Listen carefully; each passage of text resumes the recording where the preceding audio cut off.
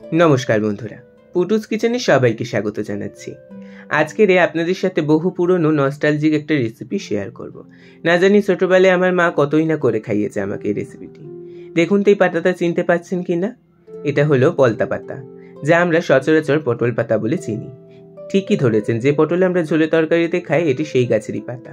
ওপর দিকটা বেশ খসখসে আর নিচের দিকটা বেশ নরম। এই পাতা এখন এত সহজে পাওয়া যায় না, তাই রেসিপিটি করতে অনেক দেরি হয়ে গেল।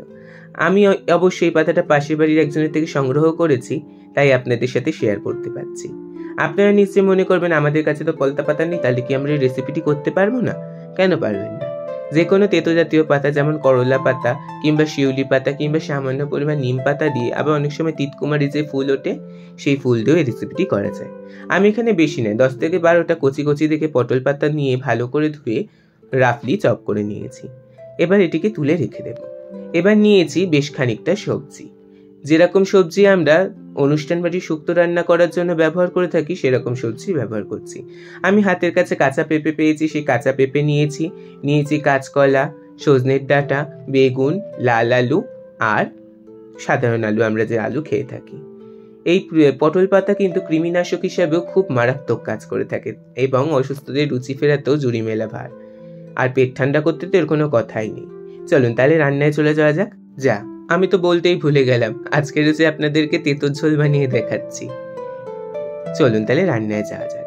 প্রথমেই কড়াইতে বেশ খানিকটা সাদা তেল গরম করে নিচ্ছি। আমাদের এখানে মাথায় রাখতে হবে, আমরা এই তরকারির জন্য যেগুলো নরম সবজি ব্যবহার করেছি, অর্থাৎ আমি এখানে বেগুনের কাঁচকলা, আপনারা চাইলে বরবটি এবং আরও যে নরম সবজি পাওয়া যায় সেগুলোও ব্যবহার করতে পারেন, সেগুলিকে আগে আমাদেরকে নুন দিয়ে ভালো করে ভেজে তুলে রাখতে হবে। আমি এখানে হলুদ ব্যবহার করছি না, কারণ কালারটা সাদা দেখলে খেতে বেশ ভালো লাগে। আপনারা চাইলে করতেই পারেন। তারপরে ফোড়ন দিয়ে দেবো তেলের মধ্যে। ফোড়নও অবশ্য করেই দিতে হবে রাঁধুনি, আর কিছুই লাগছে না। এবার যে শক্ত সবজিগুলো আছে, অর্থাৎ সজনের ডাঁটা, আলু, রাঙা আলু, পেঁপে, এগুলিকে সামান্য পরিমাণ নুন দিয়ে ভালো করে মিশিয়ে ঢেকে দেবো। ঢেকে দিলে এটা আস্তে আস্তে রান্নাও হতে থাকবে এবং খুব তাড়াতাড়ি সিদ্ধও হয়ে যাবে। তারপরে ঢাকাটা খুলে আমরা দেখতে পাবো সবজিগুলো বেশ লাল লাল করে ভাজা হয়ে গেছে। এই পর্যায়ে আমরা অ্যাড করে দেবো সেই কুচিয়ে রাখা পলতা পাতা। আপনারা উচ্ছে পাতা কিংবা তিতকুমারির ফুল বলুন কিংবা শিউলি পাতা দিলে এই সময় দিতে পারেন, তাহলে ভাজা ভাজা হয়ে যাবে। আর যদি কেউ মনে করেন যে নিম পাতা দিয়ে করবেন ঝোলটা, তাহলে আগে নিম পাতাগুলোকে ভেজে তুলে রাখবেন, নামানোর আগে দিয়েই নামিয়ে নেবেন, তাতে তেতোটা কম লাগবে। এবার দিয়ে দিচ্ছি বেশ খানিকটা গরম জল, দিয়ে ঢাকা দিয়ে দেবো সবজিগুলো সেদ্ধ হওয়ার জন্য। দেখুন ঢাকা খুললে দেখাচ্ছি আপনাদেরকে, সবজিগুলো খুব ভালো মতন সেদ্ধ হয়ে গেছে। হ্যাঁ, অবশ্যই সম্পূর্ণ হয়নি, সামান্য বাকি আছে। এই পর্যায়ে একটু দেব মিষ্টির জন্য গুড়, আপনারা চিনিও দিতে পারেন, আর স্বাদ মতন লবণ দিয়ে এবার যে নরম সবজিগুলো ভেজে রেখেছিলাম সেগুলিকে দিয়ে দেবো, কারণ আমাদের সব সবজি সেদ্ধ হয়ে গেছে।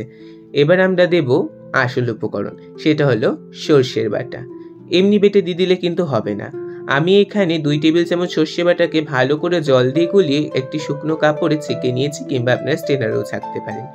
দিয়ে বেশিক্ষণ ফোটাবো না, যেহেতু একদমই টেলটেলে ঝোল না হয়, তার জন্য আমি এখানে 1 টেবিল চামচ গমের আটা জলের সাথে মিশিয়ে দিয়ে দিয়েছি। আর দিয়েছি নামানোর আগে একটু সর্ষের তেল। এই সর্ষের তেলটা অ্যাড করে দেখবেন এত দারুণ একটা ঘ্রাণ বেরায় যে আপনাদেরকে আমি বলে বোঝাতে পারবো না। এই গরমে পেট ঠান্ডা করতে হোক, কিংবা বাচ্চাদের কৃমিনাশ করতে হোক, কিংবা মুখে রুচি ফেরাতে হোক, এর কিন্তু জুড়ি মেলা ভার। দেখতেই পেলেন বিনা মশলায় খুব সহজেই তৈরি হয়ে গেল। ভিডিওটি ভালো লাগলে একটি লাইক করবেন, আর আপনার মূল্যবান মতামত কমেন্ট সেকশনে জানাতে ভুলবেন না। আর পুটুস কিচেন পরিবারের সদস্য না হয়ে থাকলে সদস্য হওয়ার অনুরোধ রইল। তাহলে কি আজকের এই পর্যন্তই, আবার দেখা হবে নতুন কোনো রেসিপি নিয়ে। পাশে থাকা বেল আইকনটি কিন্তু অবশ্য করেই বাজিয়ে দেবেন, যাতে আমার করা সমস্ত রান্নার আপডেট সবার আগে আপনার কাছে পৌঁছায়। ধন্যবাদ।